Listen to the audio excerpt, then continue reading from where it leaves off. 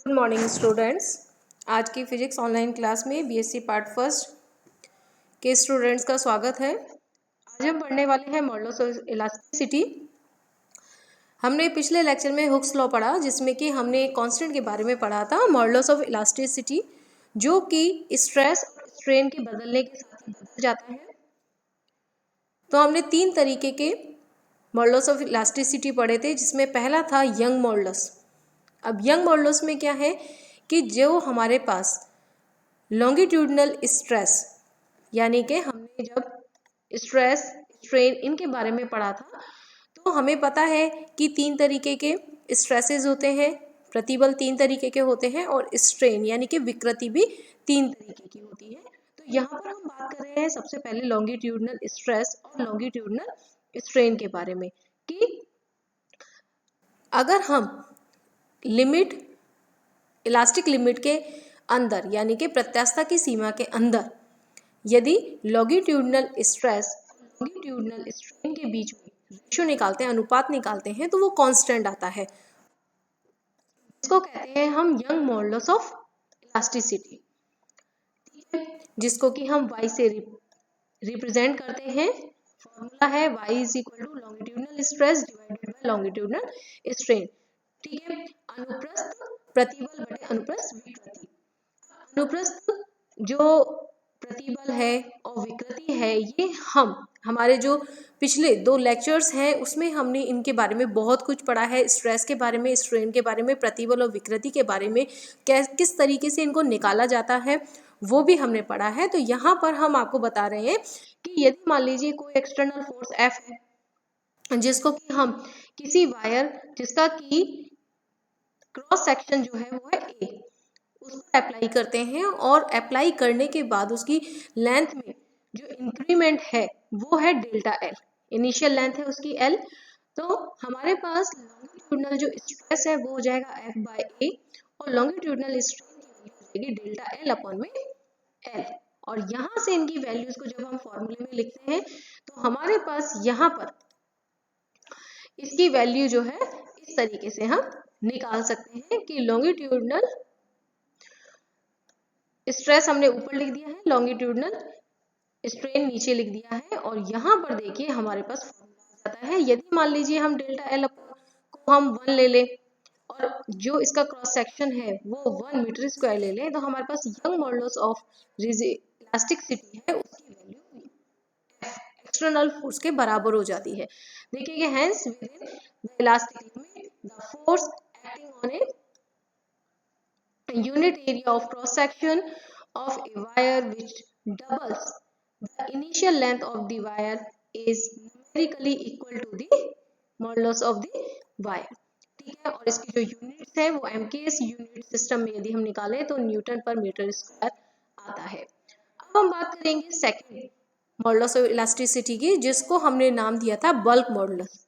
अब यहाँ पर जो बल्क मॉडुलस के समय पर हम कहेंगे वो है कि वॉल्यूम स्ट्रेस, वॉल्यूम स्ट्रेन, कि यदि हम वॉल्यूम स्ट्रेस और वॉल्यूम स्ट्रेन के बीच में रेशो लेते हैं तो वो कहलाता है बल्क मॉडुलस, जिसको हम नॉर्मली K से रिप्रेजेंट करते हैं। तो यहाँ पर भी वही वॉल्यूम स्ट्रेस निकालेंगे जो हमने F बाय A, जिसको हम प्रेशर नाम देते हैं, volume strain minus delta V upon में V। और माइनस किसको रिप्रेजेंट कर रहा है कि यदि हम किसी ऑब्जेक्ट में प्रेशर लगाते हैं, एक्सटर्नल फोर्स उस पर अप्लाई करते हैं, तो उसके जो वॉल्यूम है उसमें कमी हो जाती है। तो यहाँ से हम bulk modulus is equal to हम इस तरीके से निकाल सकते हैं।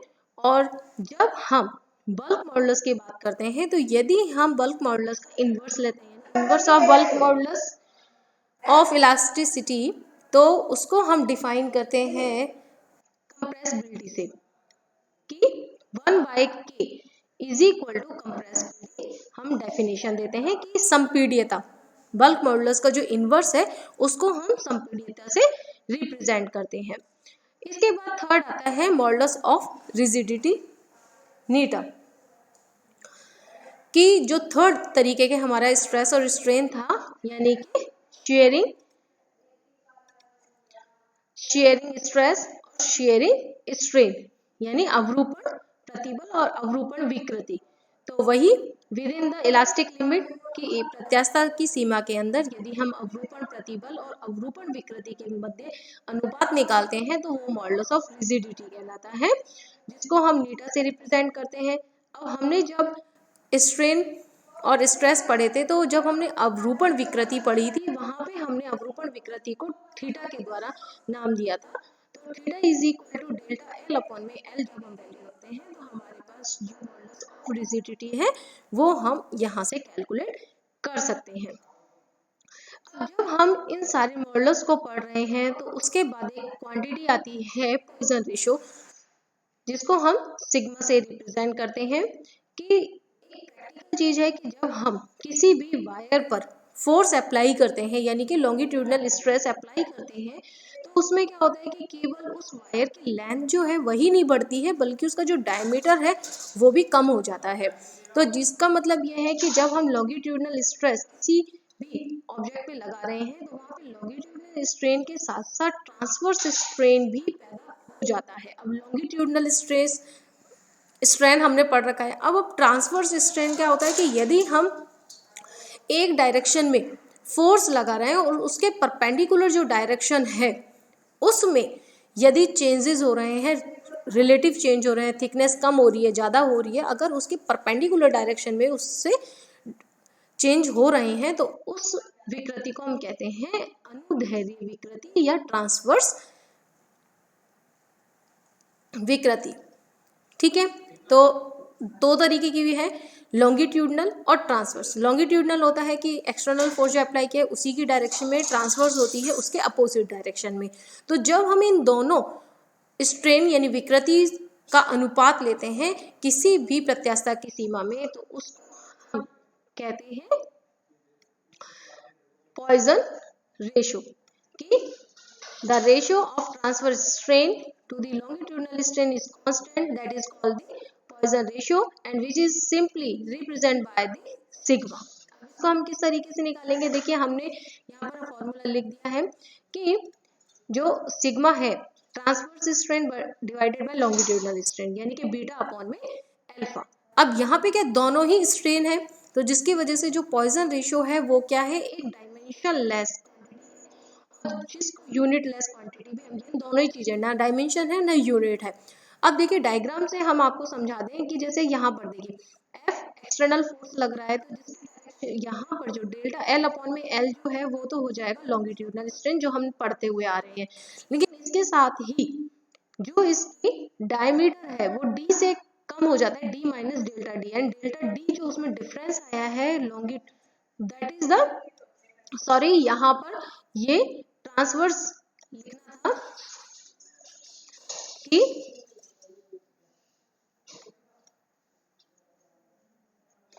तो ट्रांसवर्स स्ट्रेन जो है वो माइनस डेल्टा डी अपॉन में डी हो जाएगा। जो माइनस है वो ये रिप्रेजेंट कर रहा है कि लेंथ में इंक्रीमेंट के साथ जो डायमीटर है उसमें डिक्रीज हो रहा है, डिक्रीमेंट है, यानी वहां पे वो जो डायमीटर है वो कम हो रहा है, ज्यादा नहीं हो रहा है। तो इसी के साथ जो पॉइजन रेशियो हमें निकालना है बीटा अपॉन में अल्फा करेंगे तो इस तरीके से हम पॉइजन रेशियो को निकाल सकते हैं। सिंपल मॉडुलस ऑफ इलास्टिसिटी है, तीनों ही चारों जो कॉन्स्टेंट्स हम यहाँ पढ़ रहे हैं वो इजी है निकालना। ठीक है, अब जो नेक्स्ट लेक्चर है उसमें फर्दर हम पढ़ेंगे इनके बीच में रिलेशन। ठीक है, तो अपने जितने भी लेक्चर्स हैं उनको आप कंटिन्यू पढ़ते रहें।